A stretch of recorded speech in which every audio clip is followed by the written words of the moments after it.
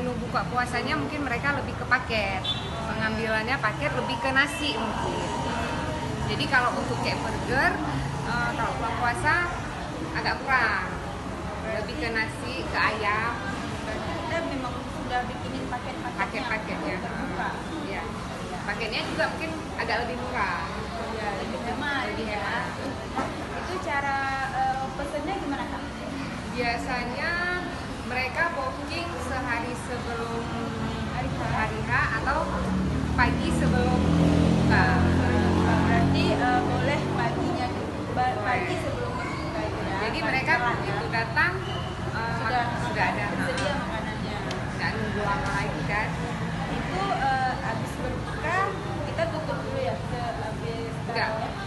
Iya, habis taraweh tutup dari jam 8 sampai jam 10 Berarti bulan Ramadan tetap buka setelah tarawih. setelah taraweh. Nah teman-teman tuh informasinya tentang bulan Ramadan. Jadi teman-teman yang lagi bingung mencari nanti buka puasa di mana, teman-teman bisa melihat informasi lebih lengkapnya lagi di website kami di burgerblepot.com.